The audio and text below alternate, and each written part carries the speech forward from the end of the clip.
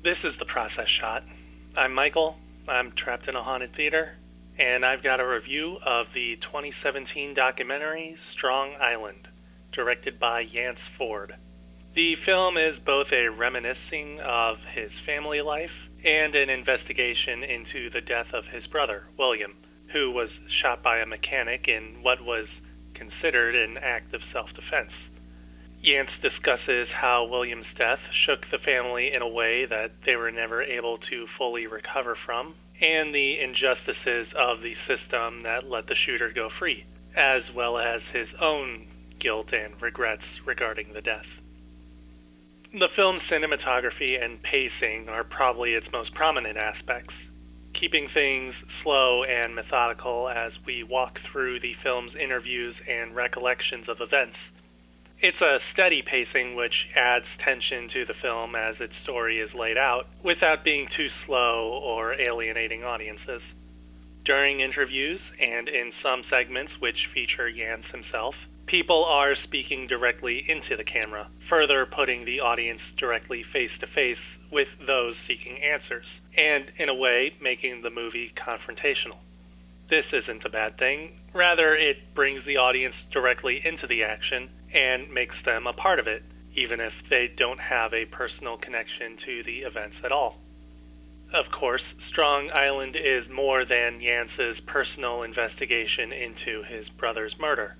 It puts this event into a greater context surrounding the justice system and its ironic injustices based on prejudices and presumptions. It delves into details about the trial against William's killer, the testimony of his family and friends, its outcome, and even the actions of others beforehand. By doing this, it shows how the outcomes of the trial could have easily been predetermined, even if the jury overseeing the case wasn't actually told what verdict to cast. It's a heavy topic that the movie is able to walk through with a good amount of tact, likely because of how personal this all is.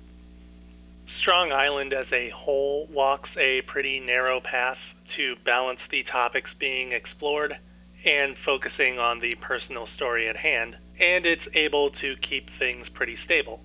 There's also a strength in the film's ability to keep the emotional levels compacted and never overbearing, at least not until those emotions need to be let out, which does happen, and in such a raw manner that it hits you deeper than any of the scenes where you're made to stare into the eyes of those who have lost just as much.